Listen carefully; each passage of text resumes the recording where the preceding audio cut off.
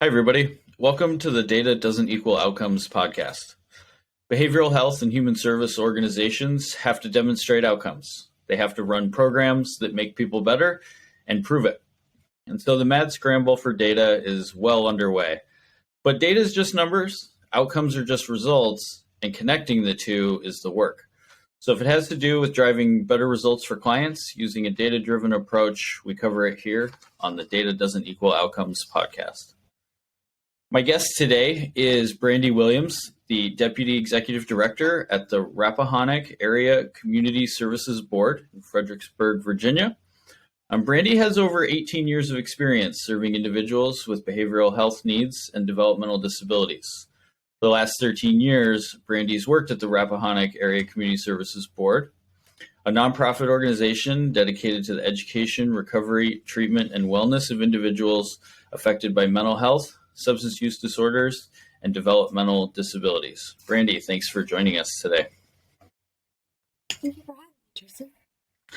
So that's kind of your bio. Why don't we hear in your words a little bit about the Rappahon Egg CSB and what kind of services and programs you're running there?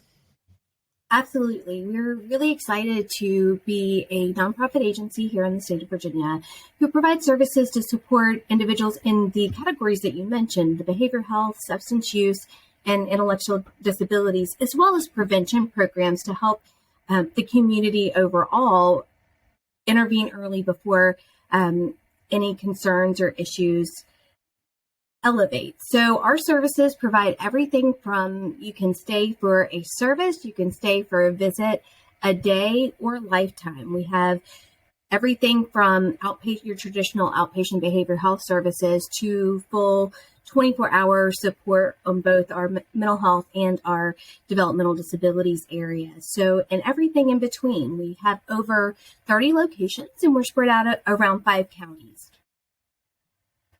That's great. Okay, so in your role with the agency, you were instrumental in really establishing metrics. We talk a lot about data and measurement on this program. Tell us a little bit about that process that you had to go through in sort of getting that data-driven culture installed.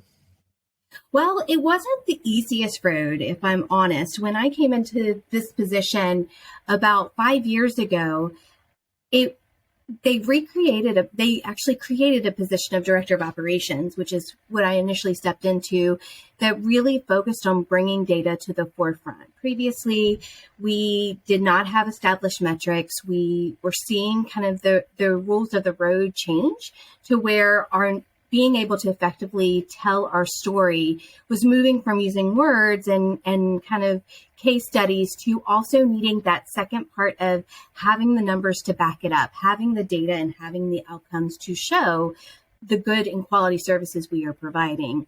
And so as I came into the position, I already loved data. I'm a data nerd and I'm not afraid to admit it.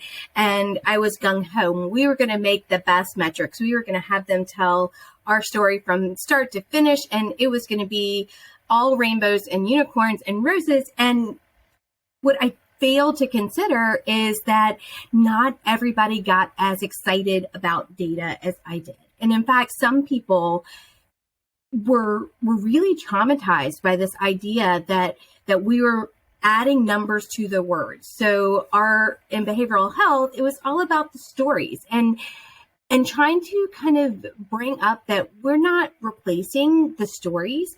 That's the meat and potatoes. However, we have to talk and prove ourselves to partners who want to see the numbers, who want us to show kind of in a quantifiable way how we're making progress, not just for one individual, but across all of our services, across all of our programs, and even, how we're doing it efficiently and making good use of the funding that we rely on to support these services.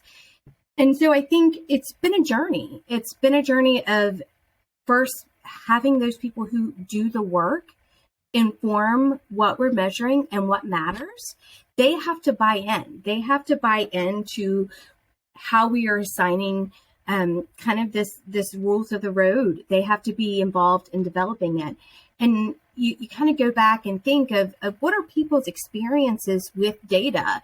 And I mean, there's definitely been trauma around data. When we're growing up, we are scored on this report card where it's just your final assessment, and you get a score, you get a grade, and that lasts forever. So then you move into your GPA, and then you move into that same kind of measurement approach where it's always working to some kind of final evaluation.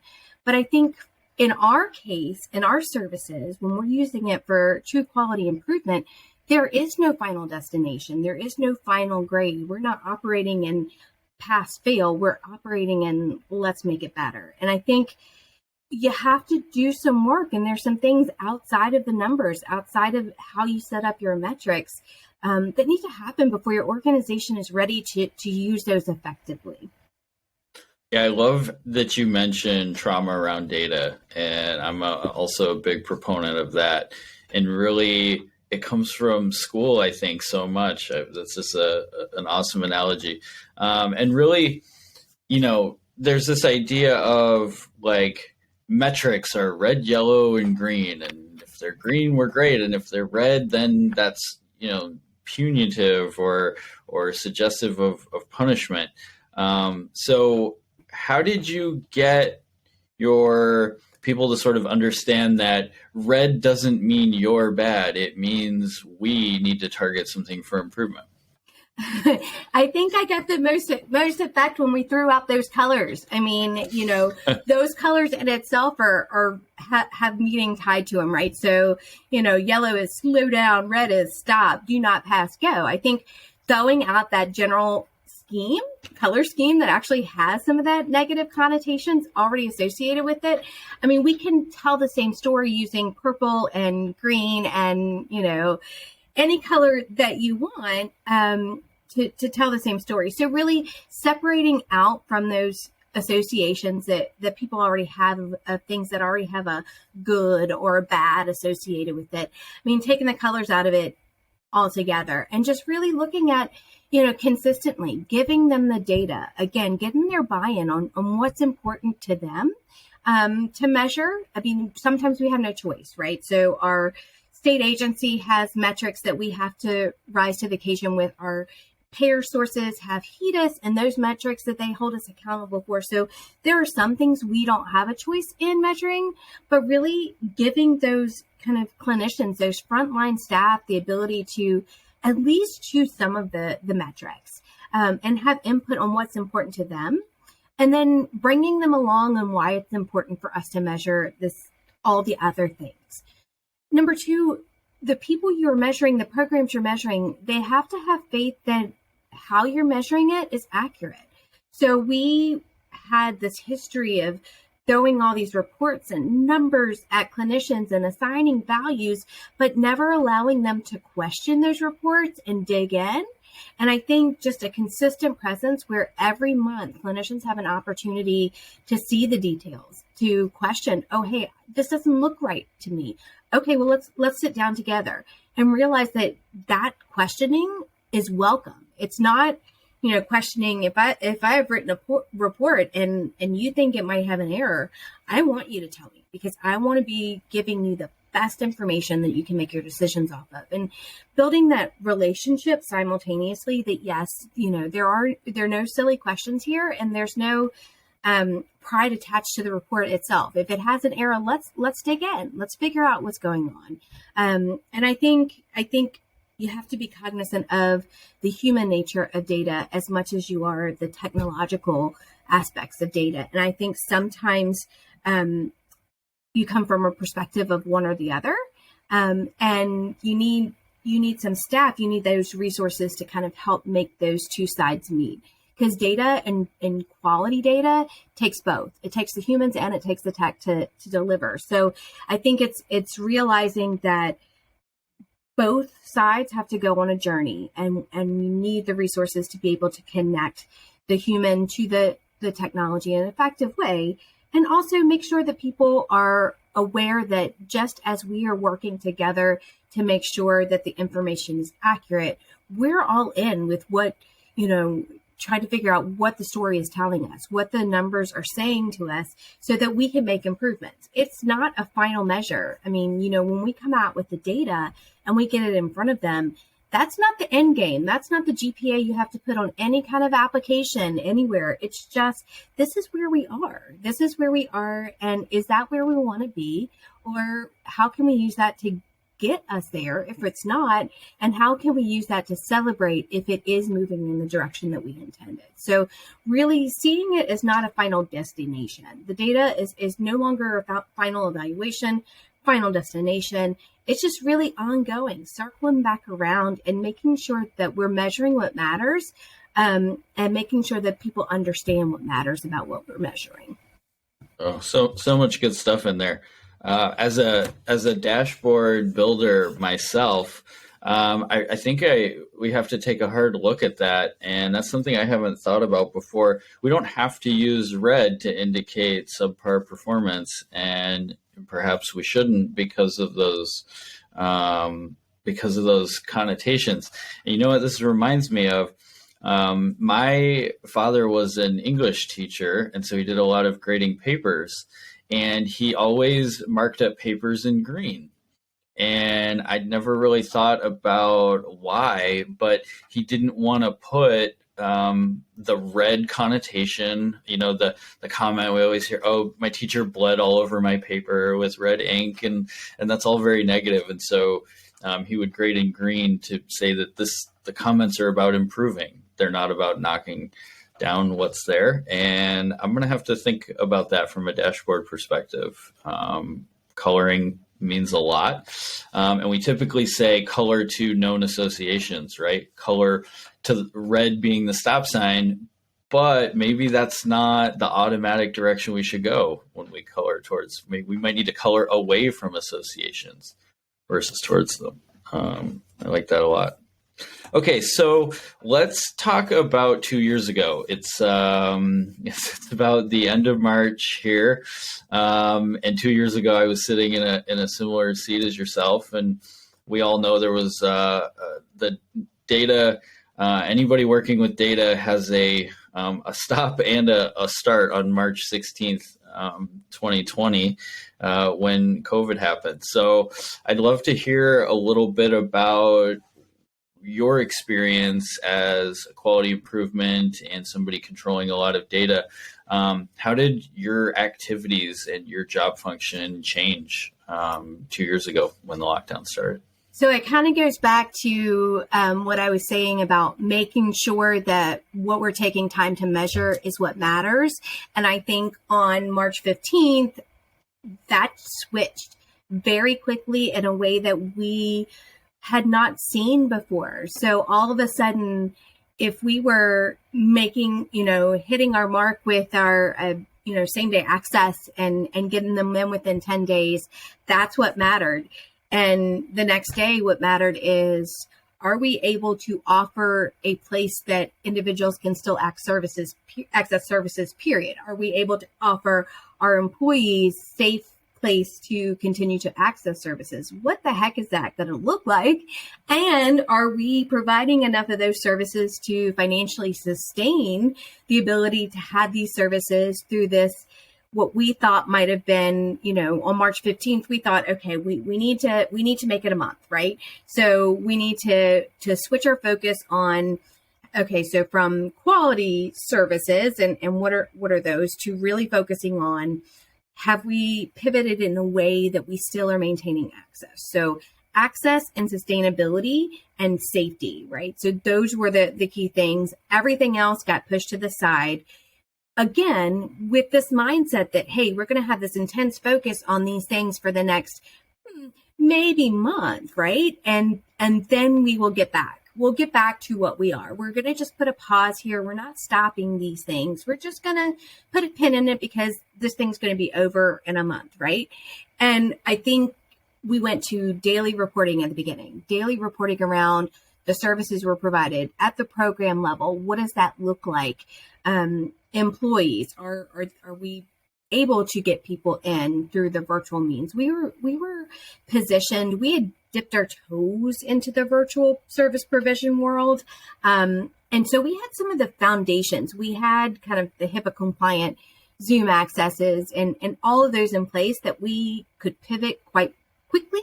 I think it took us about 3 days to get our operations fully back and kind of a mindset around what that looks like. But then after those 3 days of figuring out how we're going to do it, then we shifted to, we need the data to tell us, are we doing it? Is that quick 3-day plan? Is that lasting? Do we need to continue to do that? And that's really how we shifted. And again, beginning, it was daily reports on each program, how many services were provided, our annual leave, like our employees, who was taking leave, are people still showing up for work virtually? What does that look like? They have their kids with them. Are they taken off for that? Do they need to get, tested? How are we going to facilitate that? So using data to underpin those decisions, to help us make those decisions, but also to quickly monitor how we're doing, implementing these kind of fly by the seat of our pants plans that the situation necessitated. And so I think it shifted very quickly to that. And we did that for a while and then realized that, hey, we need to start rethinking how we're going to bring some of this other stuff back, because we're going to do this for a while. This pandemic thing did not go away in a month like we anticipated. And so start immediately, even though we're in the thick of it, still trying to plan of how we're going to measure and how we're going to move to the future. But I think it's really just a moment by moment. Even now, it's a week by week decision of, hey, what is mattering right now? What matters right now? And let's measure that. And so that changes. And over the past 2 years, I can't even count how many times that has changed, but really keeping an eye on that focus and letting that guide our decisions, especially around data and what data is needed to support our programs. Yeah, I had a similar experience. Things that were measured quarterly were all of a sudden measured daily, right? And can we keep the lights on? And is this thing that we stood up in 3 days working or not? Because we need to make it work. I also remember, quality improvement shifting from what felt like a proactive approach, plan, do, study, act projects that were, happening in their due time, study or measure twice, cut once, let's sort of plan things out and think through. And really, they just got thrown out the window, right, for what is the need today and how can we support that? And it really wasn't long-term planning. It was my programs need support and they need it today. And today has to be about today until we have time for it to be about tomorrow. Would you say you're, a couple of years removed now, would you say you're settled back into a new way of operating? What do you think your sort of virtual mix is these days? I think, we have still experienced kind of that ebb and flow, right? So our community is really keeping an eye on our community data too, that we have access to. So, we just, I think, are about a month out of being a high transmission area in our counties. And we've been that way since the beginning.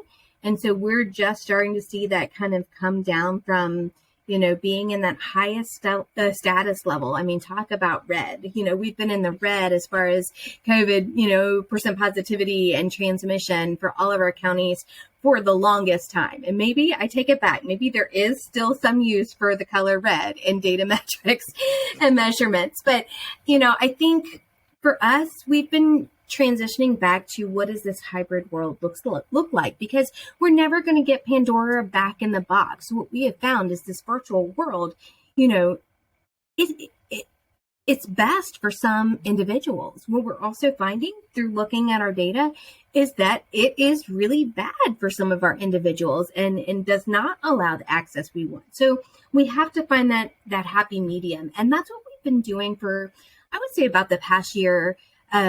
Is just really, gradually opening back up, really looking at what makes sense. What do our individuals want? And so getting data from them and sending out a survey that used to talk about, how inviting our waiting room is, that we now have switched to, more focused on, do you prefer virtual access?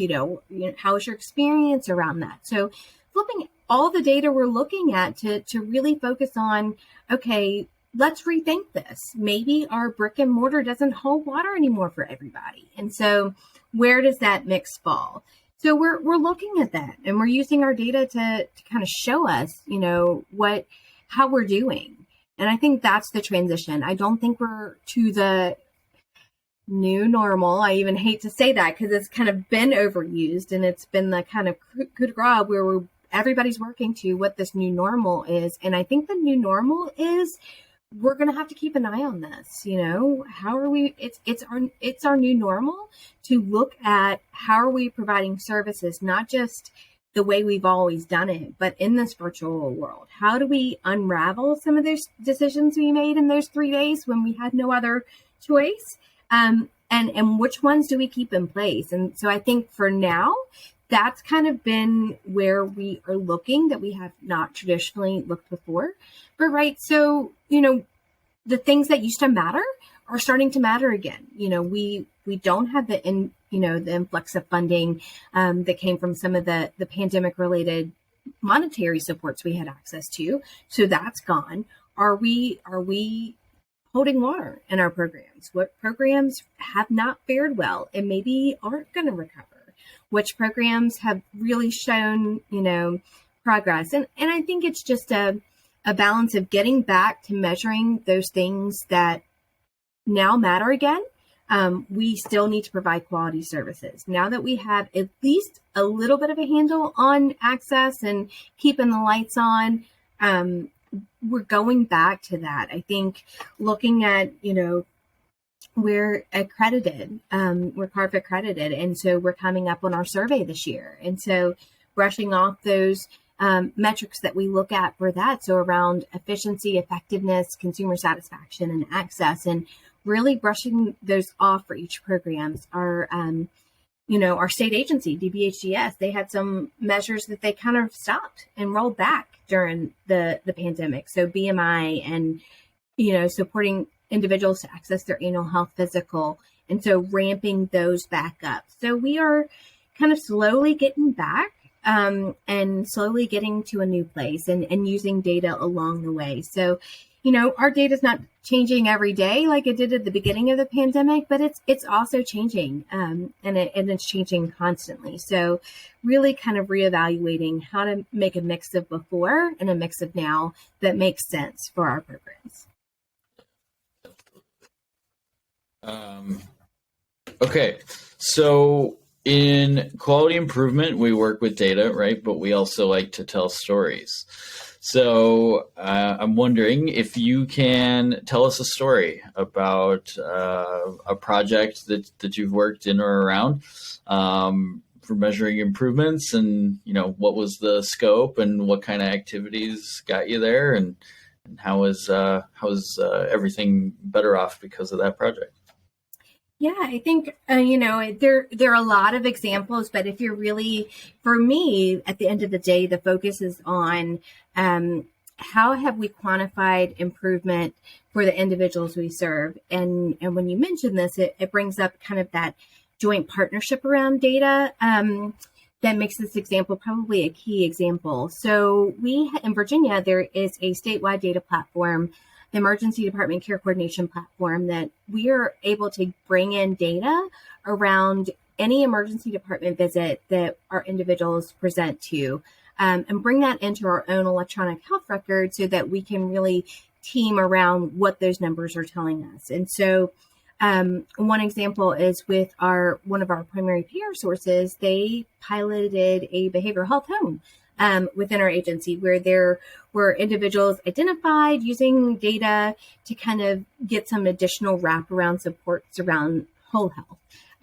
And one individual had presented to the emergency department over 94 times in the past 12 months. And because we were able to bring in that data and we were constantly looking at that data, we used it to kind of help with those extra supports we access through the health home, to really design and argue for some inventive interventions to wrap around this individual. And I think after about 6 months of just kind of focusing in and letting the data tell us how we're doing supporting this individual, the individual went to presenting 94 times in a 12-month period. To the following 12-month period, she presented to the ED less than 4 times, and all of them were really medically appropriate visits. And I think when you look at that, the story is she was supported. She felt supported. She got the help that she needed. We were able to advocate for things that maybe would not have been traditionally authorized,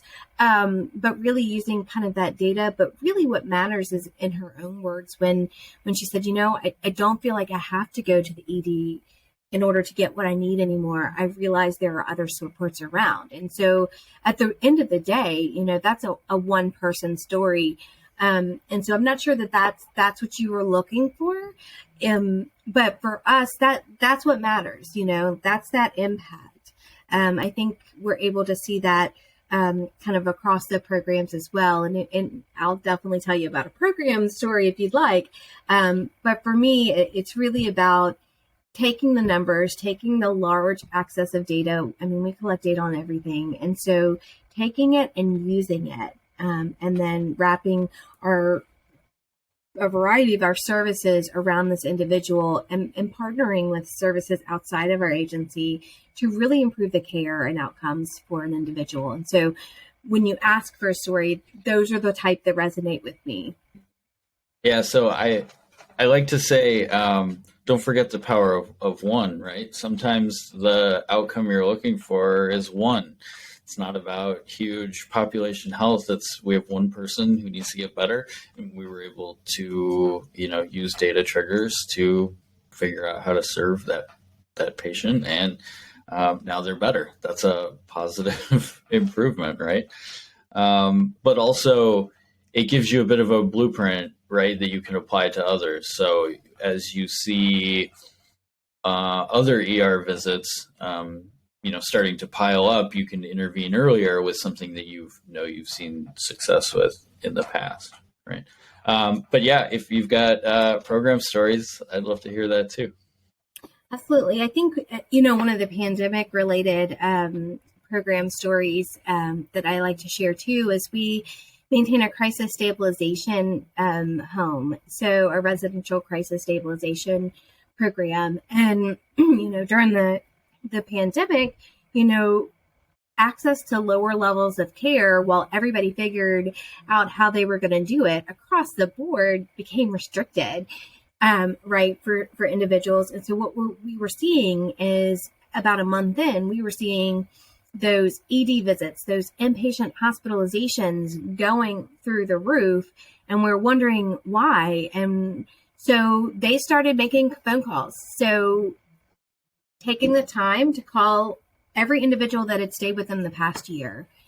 By doing that, they were able to realize that people weren't able to get supports and services at lower levels of care. So when you could have jumped in early and avoided a psychological crisis or a behavioral health crisis, they didn't have access to earlier levels. So they were ending up in hospitals and really waiting till that got out of control. And so they used that data that they were collecting on those phone calls after we saw that, hey, we're seeing an increase in the specific population.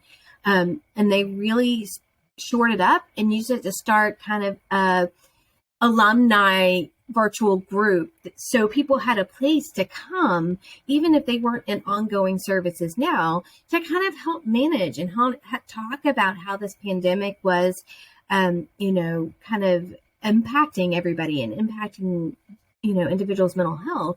And they also were available 24 hours a day for those individuals who had stayed with them previously to just give them a call if they needed that connection, if they needed, that, one-on-one.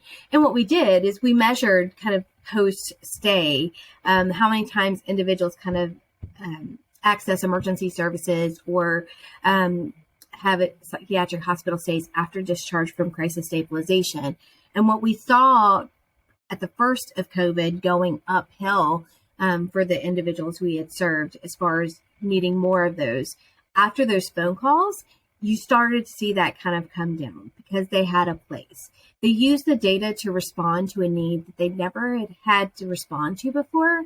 But even now, as we have kind of, transitioned back to a little bit more like the way things were before, they learned that there was still a need there. And so they ongoing provide those groups and provide that opportunity to connect. And I think for me, that was an example of a program that they didn't have to do those phone calls. They didn't have to do those follow-ups. They didn't have to, use our peers to help reach out in that way.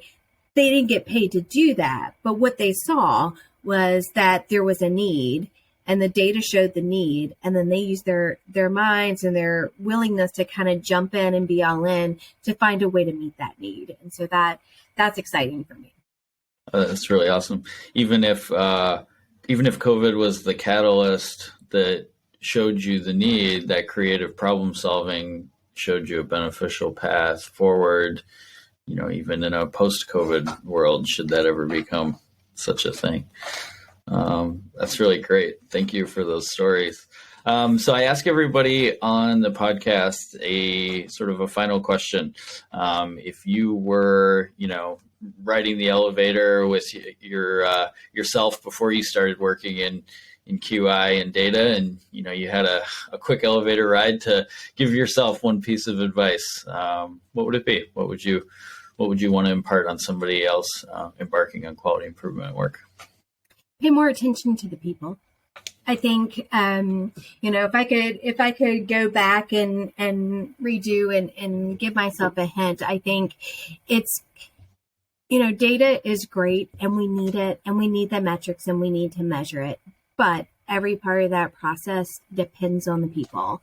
And it is more important to bring the people along than it is to hit the ground running with a data-driven culture. It's not built overnight and no one anticipates it's being built overnight. And you just have to pay attention to the people, pay attention to how they feel about data. I think, it was an aha moment just a few months ago, when we first met and reading the work that you've done around trauma and data, it was an aha moment that, hey, look, I wish I knew that when I started, because that really does impact how successful you are in implementing any quality improvement program. Is you have to focus on the people first. And I think coming from a data background, coming from, very tech enabled background, I think I lost sight of that and didn't realize how important it was to pay attention to the people. So if I could only tell my younger self one thing,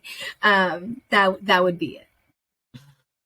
That's excellent. And I appreciate that comment. I also wish I knew that in order to write up work about that. I had to learn it. I also want to say thank you for sharing, some of your comments about places that you thought you could have been better. I think it's not always easy to talk about improvement because it admits that you were somewhere else before you are where you are now. And so I give you a lot of credit and want to thank you for sharing those stories. It's important that we normalize a quality improvement story as a positive. And in order to tell that story, you have to talk about where you were before to talk about where you are now. So I appreciate you being willing to do that. Any final thoughts you want to impart on our listeners? No, I think I have used all my word quota for the day. So I think I'm good. Thank you for the opportunity to come and have this conversation with you. Absolutely. So thank you, everybody, for listening to another episode of the Data Doesn't Equal Outcomes podcast. My guest today has been Brandie Williams, Deputy Executive Director at the Rappahannock Area Community Services Board in Fredericksburg, Virginia. Take care.